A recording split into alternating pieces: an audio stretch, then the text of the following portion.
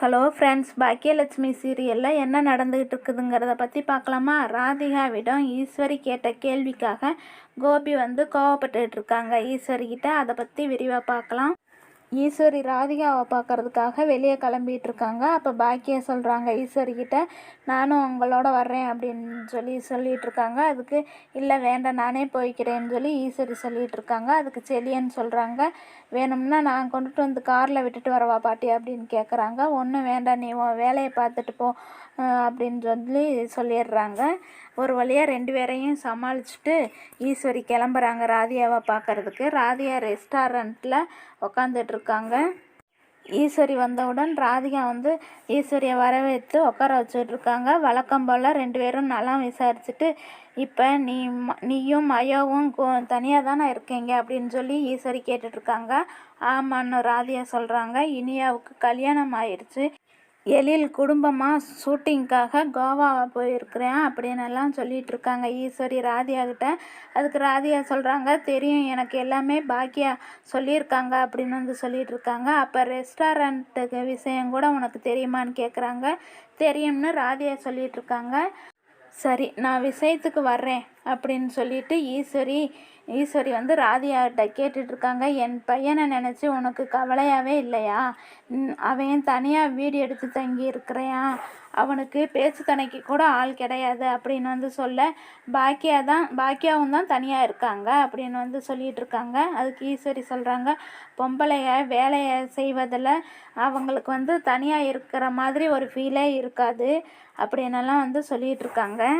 ஆனால் கோபிக்கு அப்படி கிடையாது, அவன் இப்போ தனிமையில் தான் இருக்கேன் அப்படின்னு சொல்லிகிட்ருக்காங்க. அதுக்கப்புறமா ராதிகாட்ட ஈஸ்வரி சொல்கிறாங்க, நான் உங்ககிட்ட கேட்குறேன், நீ தப்பாக நினச்சிக்க கூடாது அப்படின்னு சொல்லிகிட்ருக்காங்க. அதுக்கு ராதிகா சொல்கிறாங்க, கேளுங்க அப்படின்னு சொல்லிகிட்ருக்காங்க. நீ திரும்பவும் கோபியோட சேர்ந்து வாழ்கிறையா அப்படின்னு கேட்டுட்ருக்காங்க ஈஸ்வரி ராதிகா கிட்ட. அதை கேட்டுட்டு ராதிகா ரொம்ப அதிர்ச்சி அடைகிறாங்க. உடனே யோசிக்காமல், நான் வாழ்க்கையில் இப்போ தான் கொஞ்சம் நிம்மதியாக இருக்கேன் அப்படின்னு சொல்லிகிட்ருக்காங்க. என் நிம்மதி கெட்டு போக நான் விரும்பலை அப்படின்னு சொல்கிறாங்க. அப்போ ஈஸ்வரி கேட்குறாங்க, நீ கோபியோட வாழ்வது உனக்கு கொஞ்சம் கூட வாழ்கிறப்ப உனக்கு கொஞ்சம் கூட நிம்மதியாக இல்லையா அப்படின்னு கேட்குறாங்க. ஆமாம், நான் நிம்மதியாகவே இல்லை, இப்போ தான் நிம்மதியாக இருக்கேன் அப்படின்னு ராதிகா சொல்லிகிட்ருக்காங்க. அப்போ மயோவுக்கு அப்பா வேண்டாமா அப்படின்னு ஈஸ்வரி கேட்குறாங்க. அம்மா நான் இருக்கேன், அதுவே போதும் அப்படின்னு சொல்கிறாங்க ராதிகா. அதுக்கு முன்னாடி வந்த பிரச்சனைக்கு அதுக்கு ஈஸ்வரி சொல்கிறாங்க, இதுக்கு முன்னாடி வந்த பிரச்சனையெல்லாம் என்னால் தான், நானே இப்போ சேர்ந்து வாழுங்கன்னு சொல்கிறேன், நீ ஏன் யோசிச்சுட்ருக்க அப்படின்னு ஈஸ்வரி கேட்டுட்ருக்காங்க. சரி நீ யோசிச்சுட்டு எனக்கு ஃபோன் பண்ணுவேன்னு நான் நம்பிகிட்ருக்கேன் அப்படின்னு ஈஸ்வரி சொல்கிறாங்க. அதுக்கு ராதிகா சொல்கிறாங்க, இந்த விஷயமா நான் உங்களுக்கு கண்டிப்பாக ஃபோன் பண்ண மாட்டேன், என் முடிவில் நான் உறுதியாக இருக்கேன் அப்படின்னு சொல்லிகிட்ருக்காங்க. அதை கேட்டுட்டு ஈஸ்வரி ரொம்ப வருத்தப்பட்டுட்டு, சரி நான் போயிட்டு வர்றேன்னு சொல்லிட்டு கிளம்பிடுறாங்க. கொஞ்சம் நேரத்தில் ரெஸ்டாரண்ட்டில் ராதிகா வெயிட் பண்ணிகிட்ருக்காங்க. ராதிகா கோபி கொஞ்சம் நேரத்தில் வர்றாங்க. ராதிகா கிட்ட, என்ன சர்ப்ரைஸ் ராதிகா, என்ன விஷயம் அப்படின்னு கேட்டுட்ருக்காங்க. நான் உங்களை மீட் பண்ணணும்னு நான் நினைக்கவே இல்லை கோபி, ஆனால் மீட் பண்ண வேண்டிய சூழ்நிலை ஆயிடுச்சு அப்படின்னு சொல்லிகிட்ருக்காங்க கோபிக்கிட்ட ராதிகா. கோபி ராதிகாட்ட சொல்லிகிட்ருக்காங்க, இப்போ ரொம்ப ஸ்லிம்மாக அழகாக இருக்க ராதிகா, காலேஜில் பார்த்த மாதிரி இருக்க அப்படின்னு சொல்லிகிட்ருக்காங்க. இப்போ கொஞ்சம் மனசு நிம்மதியாக இருக்குது, அதனால தான் அப்படின்னு சொல்லிகிட்ருக்காங்க. பிஸ்னஸில் கவனம் செலுத்திட்டு வர்றேன் அப்படின்னு சொல்லிகிட்ருக்காங்க. அப்புறமா கோபி கேட்குறாங்க, சரி என்ன விஷயமா என்னை வர சொன்ன அப்படின்னு கேட்குறாங்க. அதுக்கு ராதிகா சொல்கிறாங்க, கொஞ்சம் நேரத்துக்கு முன்னாடி உங்கள் அம்மா ரெஸ்டாரண்ட்டில் என்னை பார்த்தாங்க சொல்லிகிட்ருக்குறாங்க ராதிகா. அதுக்கு கோபி கேட்குறாங்க, அம்மா என்ன விஷயமா உன்னை பார்த்தாங்க அப்படின்னு கேட்டுட்ருக்காங்க. அப்போ உங்களுக்கு எதுவுமே தெரியாதா அப்படின்னு கேட்டுட்ருக்காங்க ராதிகா. இல்லை ராதிகா, எதுவுமே எனக்கு தெரியாதுன்னு சொல்கிறாங்க. உங்கள் அம்மா மறுபடியும் உங்களோட சேர்ந்து வாழ சொல்கிறாங்க அப்படின்னு சொல்கிறாங்க ராதிகா. அதை கேட்டுட்டு கோபி அதிர்ச்சி அடைகிறாங்க.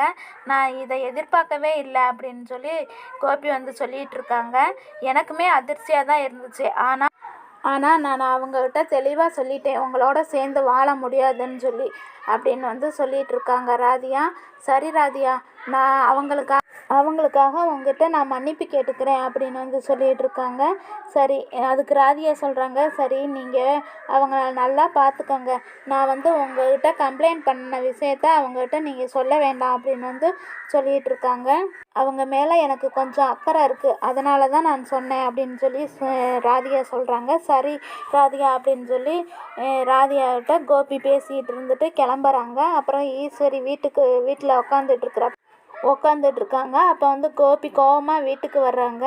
எங்கே போயிருந்தீங்க அப்படின்னு சொல்லி கோபி கேட்குறாங்க. என்ன நான் வெளியில் போனதை வந்தோடனையும் கம்ப்ளைண்ட் பண்ணிட்டாங்களா அப்படின்னு சொல்லி ஈஸ்வரி கேட்குறாங்க. கோவிலுக்கு தாண்டா போயிருந்தேன் அப்படின்னு சொல்லி சொல்கிறாங்க. இல்லை, நீங்கள் பொய் சொல்கிறீங்க அப்படின்னு சொல்லிட்டு இருக்காங்க கோபி. நீங்கள் ராதிகாவை மீட் பண்ணி ராதிகாட்ட பேசுனதெல்லாம் என்கிட்ட ராதிகா சொல்லிட்டா அப்படின்னு சொல்லி கோபி சொல்லிகிட்டு இருக்காங்க. அதை கேட்டுட்டு ஈஸ்வரி அதிர்ச்சி ஆகுறாங்க. நீங்கள் இந்த விஷயமா ராதிகாகிட்ட பேசுனது பாக்கியாவுக்கு தெரியுமான்னு சொல்லி கேட்குறாங்க. பாக்கியாவுக்கு தெரிஞ்சால் வருத்தப்பட மாட்டாளா அப்படின்னு சொல்லி கோபிக்கு பேசிகிட்டு இருக்காங்க. அதனால் என்ன அப்படின்னு சொல்லி ஈஸ்வரி சொல்லிகிட்டு இருக்காங்க. அடுத்து கோபி என்ன கேட்டார் ஈஸ்வரிகிட்ட, அதுக்கு ஈஸ்வரி என்ன பதில் சொன்னார் என்பதை அடுத்த எபிசோடில் விரிவாக பார்க்கலாம் வாங்க ஃப்ரெண்ட்ஸ்.